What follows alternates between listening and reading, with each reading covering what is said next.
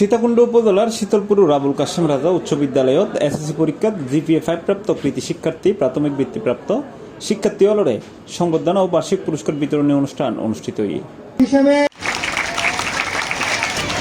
বৃহস্পতিবার বেলা 11টায় স্কুল মাঠত আয়োজিত অনুষ্ঠানত কৃতি শিক্ষার্থী অলর হাতত সম্মাননা ও পুরস্কার তুলে দেওয়া হয়। এই সময় শিক্ষার্থী অলর সাফল্যে শিক্ষক, অভিভাবক ও বিদ্যালয় সংশ্লিষ্ট হলে সন্তোষ প্রকাশ করে।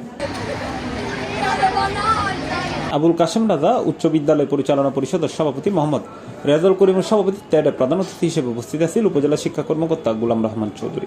বুঝতে হবে এই প্রতিষ্ঠানটি একমাত্র দিয়েছে তোমরা যাতে পড়ালেখা করতে পারো, তোমরা যাতে কাছে এই প্রতিষ্ঠানটি যে সুযোগ, আমার একজন অভিভাবক বলেছিল যে তোমাদের জন্য এই সুযোগ সৃষ্টি করে দিয়েছে, আর উনি প্রক্ষান্তরে কি পাবে?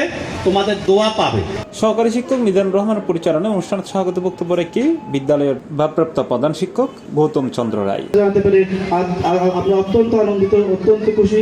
এটা বিশেষ অতিথি হিসেবে আরো উপস্থিত আছেন আবুল কাশেম রাজা উচ্চ বিদ্যালয় ও কাশেম রাজা সরকারি প্রাথমিক বিদ্যালয়ের প্রতিষ্ঠাতা এম এ কাশেম রাজা, সীতাকুণ্ড প্রেস ক্লাবের সাবেক সভাপতি মোহাম্মদ সেকান্দর হোসেন, প্রাথমিক বিদ্যালয়ের প্রধান শিক্ষক তৃপ্তি রানীধর, শিক্ষক মোহাম্মদ আতিকুল্লাহ, অভিভাবক প্রতিনিধি গোলাম মোস্তফা, আক্তার উদ্দিন বাবুল সহ শিক্ষক, শিক্ষিকা, শিক্ষার্থী, অভিভাবক ও স্থানীয় গণ্যমান্য ব্যক্তিবর্গ।